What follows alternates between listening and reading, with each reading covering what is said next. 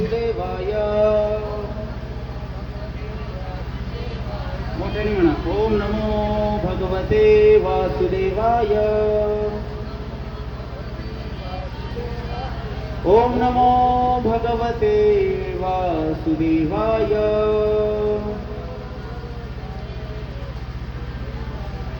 ओम अज्ञानतिमिरन्धस्य ज्ञानाञ्जनशलाकया चक्षुरुन्मिलितं येन तस्मै श्रीगुरवे नमः।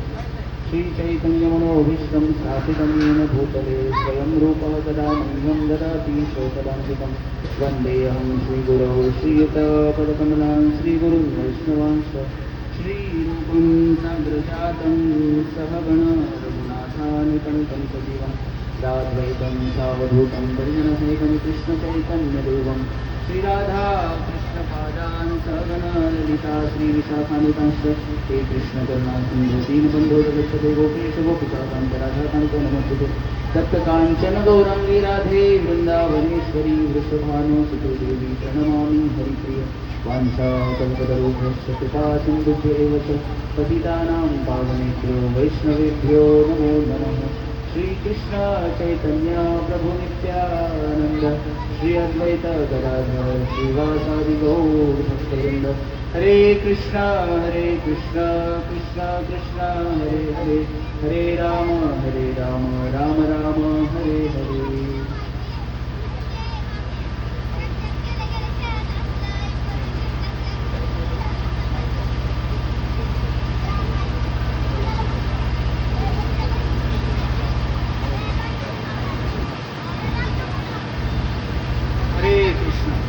स्वागत आहे आपल्या सर्वांचं। आपण एवढ्या मोठ्या संख्येने या ठिकाणी उपस्थित राहिलात जगन्नाथ बलदेव सुभद्रा महाराजांच्या स्वागतासाठी। आणि वाढदिवस पण आहे, आरवचा वाढदिवस पण आहे। तर आपल्या सर्वांचं भाग्य आहे, महद भाग्य आहे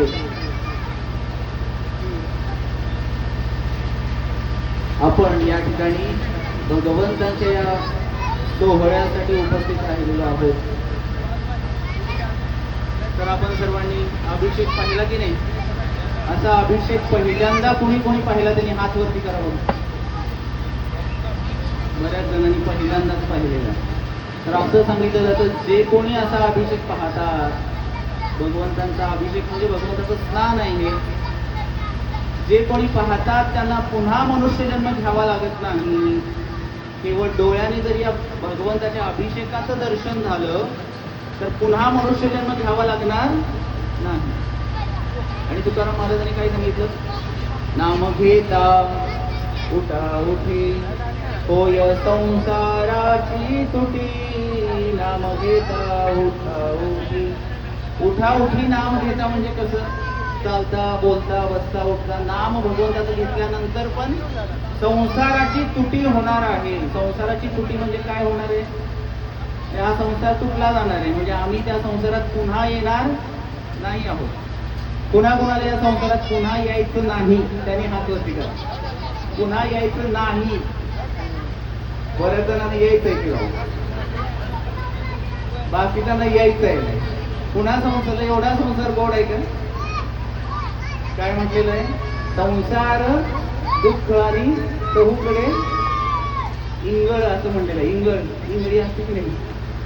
विंचवाची मावशी। हा संसार कसा आहे? एखाद्याला जर विंचू चावल्यानंतर कसं होतंय? तर जे कोणी भगवंताची भक्ती करत नाही, ध्यानपूर्वक ऐकायचंय। एक पोरांनो शांत बसा, हरी बोल। काय सांगतो तुम्ही? संसारचं दुःख, तर जे कोणी भगवंताची भक्ती करत नाही त्यांच्यासाठी संसाराचं दुःख। एक विंचू चावला तर लोकांना भोगलायची वेळ येते। 40,000 विंचू चावल्याचं दुःख होत असतं व्यक्तीला मृत्यूच्या वेळेस। मृत्यूच्या वेळेस 40,000 विंचू चावल्याचं दुःख होतं। ते कुणाला होतं? जे भगवान श्रीकृष्णाची, पांडुरंगाची, विठ्ठलाची भक्ती करत नाहीत त्यांना ते होत असतं दुःख। एकच बस। आणि हे दुःख काय पचवण्यासारखं आहे का? नाही. त्यामुळं भगवंताची भक्ती अनिवार्य आहे. काही जण विचारतात, अहो काय भक्ती केली तर चालते का, नाही केली तर चालते का, हा पण प्रश्न आमचा. आणि मग केली तर कोणत्या देवाची भक्ती करायची हा दुसरा प्रश्न. आणि त्यानंतर मग असे अनेक प्रश्न असू शकतात बऱ्याच जणांचे. आणि काही जणांचा काहीच प्रश्न नसतो, जे चाललंय ते रोजचं आपलं रुटीन करत राहायचं. कर मर कर, करत करत करत मरून जायचं एक दिवस.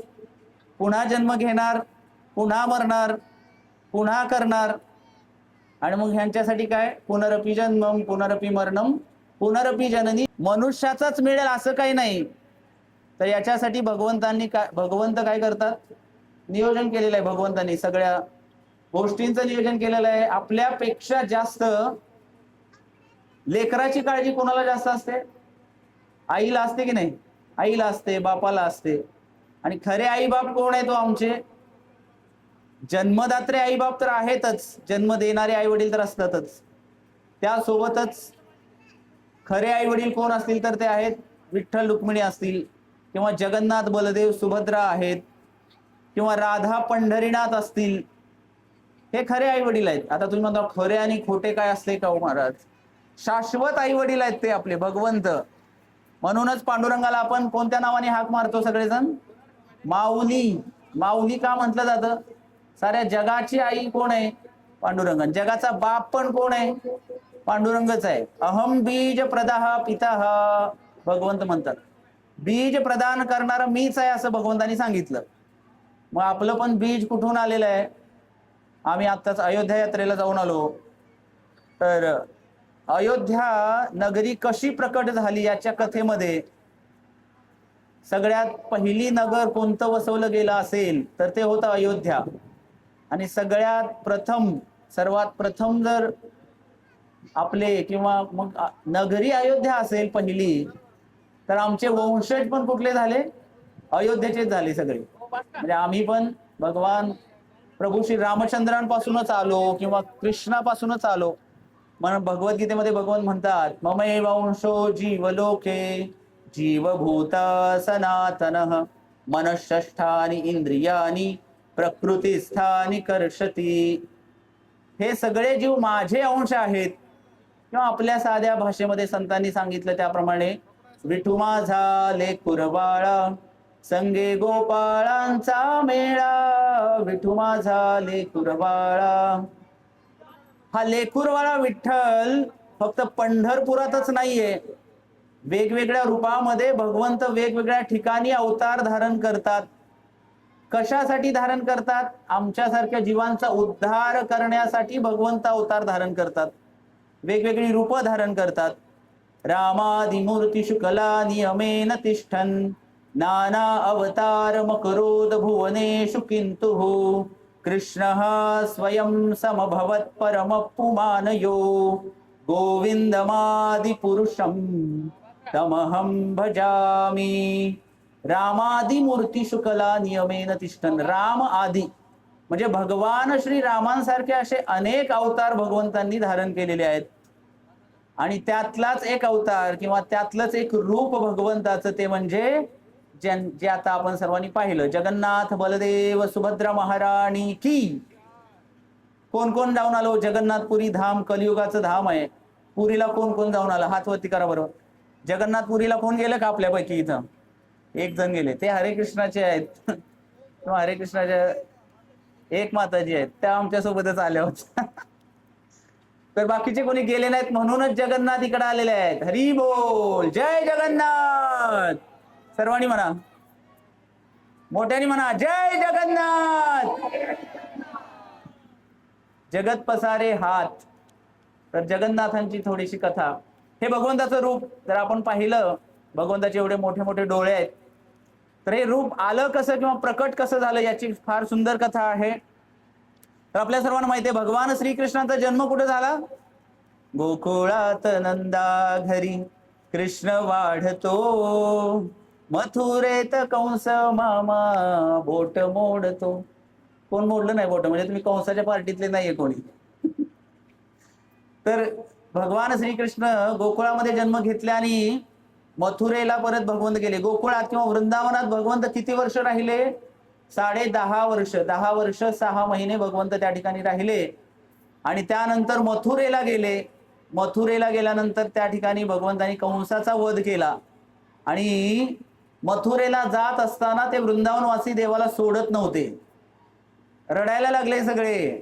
अक्रूर रथ घेऊन आलेले होते आणि त्या रथाच्या आडवे झोपले सगळ्या गोपी. वृंदावनातल्या गवळणी ज्या होत्या, जायचं असेल तर आमच्या शरीरावरून रथ जाईल म्हणे, आम्हाला जगायचंच नाहीये. जर कृष्ण आमच्या जीवनामध्ये नसतील, भगवंत आमच्या जीवनामध्ये नसतील, तर जगून काय उपयोग आहे? त्यापेक्षा मेलेलं बरं. म्हणूनच त्या गोपी सगळ्या, कोणी चाकाला धरलेलं होतं, तर कोणी भगवंताच्या रथासमोर झोपलेलं होतं. आणि नंद यशोदा मातेचे तर काय हाल, डोळ्यातून अश्रूंच्या धारा लागलेल्या. आणि कृष्ण काय म्हणाले? आयासे. काय म्हणाले? आयासे. आत्ता जाऊन येतो म्हणले, आत्ता जाऊन येतो लगेच. जास्त काही मोठं काम नाही. कंसाने बोलवलेलं आहे, कंस महाराजांनी बोलवलेलं आहे, तर जावं लागेल. आणि यशोदेला कसं बसं भगवंत समजावतात, सगळ्यांना समजवतो ते भगवंत. आणि प्रत्येकाची हालत अशी झाली होती की जीव की प्राण त्यांचा कृष्ण. जीवनामध्ये जसं दशरथ महाराजांच्या जीवनामध्ये प्रभू श्री रामचंद्र सोडून गेले त्यांना, आणि सोडून गेल्यानंतर राम राम राम कसा मला टाकून गेला, राम टाकून गेला, राम राम बिना मज चैन पडेना, नाही जीवासिया राम टाकून गेला, राम कसा मला टाकून गेला, राम टाकून गेला, राम. दशरथ महाराजांची अवस्था काय झाली होती? रामाशिवाय राहू शकत नव्हते. रामच त्यांचा जीव की प्राण. मग आमच्याही जीवनामध्ये राम किंवा आम्हाला आराम हवा असेल तर रामाची आवश्यकता आहे की नाही? कुणाकुणाला वाटतं रामाची आवश्यकता आहे? हात वर करा. रामाची आवश्यकता आहे म्हणणाऱ्याने हात वर करा. अरे बोल. बरेच जण अजूनही संभ्रमित अवस्था आहे. राम हवाय की नाही आम्हाला? आम्हाला आराम तर सगळ्यांना पाहिजे असतो. दिवसभर काम केलं की संध्याकाळी आराम सगळ्यांना हवा असतो की नाही? मग राम पण हवा असायलाच पाहिजे आमच्या जीवनामध्ये. मग तसं भगवान श्रीकृष्ण वृंदावनवासियांच्या जीवनातून चाललेले होते. रडायला लागले होते सगळेजण. भगवान म्हणले, आत्ता आलो, 2 दिवसात माघारी येतो. आणि जे गेले ते 100 वर्ष भगवंत माघारी आले नाहीत. किती वर्ष? 100 वर्ष. आणि मग मथुरेतून भगवंत द्वारकेला गेले. आता तसं बघायला गेलं तर मथुरेतून गोकुळ आणि मथुराचं अंतर 10 किलोमीटरचं आहे. कृष्णाला भेटायचं म्हणलं तर सगळे तिथं जाऊन भेटू शकत होते, पण कुणीही जाऊन भेटलं नाही. कारण भगवंत म्हणले आत्ता माघारी येतो. आणि तिथं गेलो तर भगवंताला डिस्टर्बन्स नको, आपला त्यांच्या कार्यामध्ये व्यत्यय नको, म्हणून कुणी जाऊन भेटलंच नाही. माघारी आले, कुणी तिथंच सगळेजण भगवंताची प्रतीक्षा वाट बघत होते. आणि त्यांना जेव्हा कळालं कुरुक्षेत्रावरती भगवंत गेलेले आहेत, तर हे वृंदावनवासी तिथं पोहोचले सगळेजण. आणि त्या ठिकाणी भगवंतांच्या 16,108 राण्या आहेत, महिषी आहेत. त्या राण्यांना असं वाटायचं सारखं की आम्ही एवढी भगवंताची देवाची सेवा करतो, श्रीकृष्णांची, पण आमचं नाव देवाच्या मुखात कधी येत नाही. किंवा रुक्मिणीनं एवढी सेवा केली, सत्यभामेनं एवढी सेवा केली माझी, असं देव कधी म्हणत नाहीत. पण सारखं नाव तोंडामध्ये मुखामध्ये कुणाच्या असतं? भगवंताच्या. कुणाचं नाव असतं? राधे राधे. सर्वांनी म्हणा राधे राधे. मोठ्याने म्हणणार आहो राधे राधे. किती जड जाते आम्हाला देवाचं नाव घ्यायला बघा. सवय नाही ना, सवय नाही. असं म्हटलेलं आहे, वदने बोलोरे वदने भरी. वदने भरी म्हणजे मुख भरून, तोंड भरून देवाचं नाव घ्यायला पाहिजे. आपले एक आचार्य आहेत, ते म्हणतात, तुंडे तांडविनी अधीरतीम वितनुते तुंडावली लब्धये कर्ण क्रोड कडंबिनी घटयते कर्णाभुतेभ्य स्पृहाम चेतः प्रांगण संगिनी विजयते सर्वेंद्रियाणां कृतिम नो जाने जनिता क्रियाद्भिरमृतै कृष्णेति वर्णद्वयी. याचा अर्थ काय? की ते म्हणतात मला कृष्ण नाम उच्चारायला इतका आनंद होतो की मला 1000 मुख असते, 1000 तोंड असते तर किती बरं झालं असतं. ऍट अ टाइम मी 1000 वेळा भगवंताचं नाव घेऊ शकलो असतो आणि 1000 कान ऐकण्यासाठी ते कृष्ण नाम, एवढी लालसा त्यांना आहे ना. आम्हाला एकदा नाव घ्यायचं म्हटलं तरी जड जाते, कारण तुकाराम महाराजांना सुद्धा नामाप्रती इतकी रुची होती. तुकाराम महाराज म्हणतात, काय म्हणतात तुकाराम महाराज, की जीभ धरली तुकाराम महाराजांची. एकदा तुकाराम महाराज शौचक्रियेसाठी चाललेले होते आणि शौचक्रियेसाठी जाताना सुद्धा ते काय म्हणत होते, विठ्ठल विठ्ठल विठ्ठल विठ्ठल.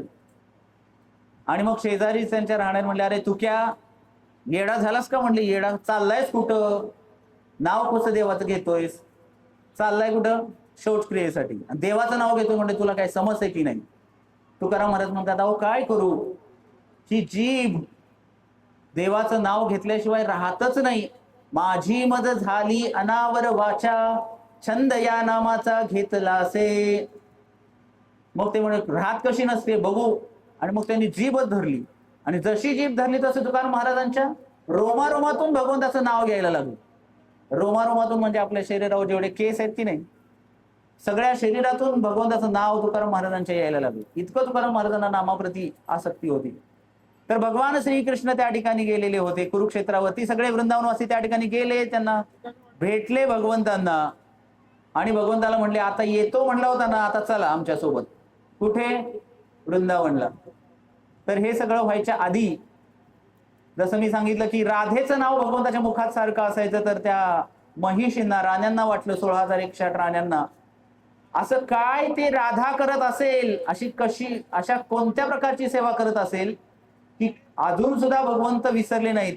राधेला विसरले नाहीत, पेंदे मंडळींना विसरले नाहीत, गोप सखांना विसरले नाहीत, नंद बाबांना विसरले नाहीत, यशोदा मातेला विसरले नाहीत. एवढंच काय, पशु पक्ष्यांना सुद्धा वृंदावनातल्या भगवंत विसरले नाहीत आणि गायींना सुद्धा विसरले नाहीत. इतकं प्रेम भगवंताचं. भगवान श्रीकृष्णांनी एखाद्याला जर आपलंसं केलं, जसं या ठिकाणी भगवंत आलेत, ही येडगे वस्ती किंवा येडग्यांचं घर, त्या सगळ्या कुटुंबावरती भगवंताची कृपा झालेली आहे. एक आहे की भगवंतांनी एखाद्याला आपलंसं करणं, आणि दुसरी गोष्ट आहे की आपण देवाला आपलं म्हणणं. आपण म्हणत असतो, विठ्ठल माझा माझा माझा माझा माझा, विठ्ठल माझा मी विठ्ठलाचा. मग विठ्ठल माझा आणि मी विठ्ठलाचा. आपण विठ्ठलाला माझं म्हणणं आणि विठ्ठलाने आपल्याला माझं म्हणणं, जमीन आसमानाचं अंतर आहे. पण विठ्ठलाने माझं म्हणण्यासाठी आपण विठ्ठलाला माझं म्हणायला पाहिजे अगोदर, आणि त्याच्यासाठी नामस्मरणाची आवश्यकता आहे. हरे कृष्ण कृष्ण कृष्ण हरे हरे, हरे राम राम राम हरे हरे. तर त्या राण्यांना वाटलं की काय अशी सेवा केली असेल, आणि मग त्या म्हणाल्या, बलरामांची आई होती रोहिणी माता, त्या रोहिणी मातेला म्हणाल्या, असं काय त्या राधेनी, काय त्यांच्याबद्दल आम्हाला जरा सांगा, माहिती द्या, कशी सेवा केली त्यांनी, की भगवंत अजूनही त्यांना विसरू शकलेले नाहीयेत. मग त्यावेळेस ती रोहिणी माता कथा सांगायला चालू करते आणि गेट कीपर म्हणून सुभद्रा महाराणीला दरवाजावरती उभा केलेलं असतं की कृष्ण आणि बलराम येऊन जर ती कथा ऐकायला लागले आणि त्यांना वृंदावनाची आठवण झाली तर भगवंत रडायचे राहणार नाहीत, किंवा भगवंतांना तो विरह सहन होणार नाही वृंदावनचा. म्हणून सुभद्रा महाराणीला दारावरती उभा केलेला असतं की कृष्ण बलरामांना इकडे फिरकू देऊ नको, येऊ देऊ नको. आणि पण जेव्हा कथा सांगायला सुरू होते, जसं मला इथं अर्धाच तास भेटलाय कथा सांगायला, अर्ध्या तासात काय कथा सांगणार, हरी अनंत, हरी कथा अनंत म्हटलेलं आहे. अनंत हरीच्या अनंत कथा अर्ध्या तासात काय सांगणार, आणि ऐकणारे तरी काय ऐकणार. तर सुभद्रा महाराणी ही कथा ऐकायला लागली आणि ऐकता ऐकता त्यांचंही देहभान विसरून गेलं, आणि कृष्ण बलराम मागून कधी येऊन कथा ऐकायला लागले त्यांनाही समजलं नाही. आणि कथा ऐकता ऐकता ऐकता भगवंतांचा इतका विरह निर्माण झाला भगवंतांना त्या वृंदावनाच्या कथा ऐकल्यानंतर, की भगवंताचे डोळे असे विस्फारले म्हणजे मोठे झालेले आहेत डोळे. बघितलं का, इतके मोठे मोठे. जगन्नाथ चकानैन नीलाचल वारे तू न संभाले तो हमें कौन संभाले. सुंदर असं गीत आहे. चकानयन म्हणजे चक्रासारखे डोळे, मोठे मोठे चक्रासारखे, इतके मोठे डोळे भगवंताचे. आता इतके मोठे डोळे का, तर कलियुगामध्ये सगळे पापी जीव आहेत आणि या कलियुगाचे भगवंत कोण असतील तर हे जगन्नाथजी आहेत कलियुगाचे. तर भगवंत एवढे मोठे मोठे डोळे करून बघतात की काहीतरी चांगलं असेल, या इथं आलाय प्रवचनात बसलाय, यानं काहीतरी चांगलं केलं असेल. डोळे मोठे करून बघून बघतात, नक्की काहीतरी चांगलं केलं असेल आणि मग कृपा करतात भगवंत. आणि त्या भगवंताच्या डोळ्यामध्ये लालिमा आहे, लाल कलर आहे, तुम्ही बघू शकता आता. तर ती लालिमा म्हणजे भगवंत कृपा देण्यासाठी, कृपेचा वर्षाव करण्यासाठी ती लालिमा आहे भगवंताच्या डोळ्यांमध्ये. तर या तर डोळे विस्फारले, भगवंताचे हात, जसं आपण आश्चर्यचकित झाल्यानंतर जी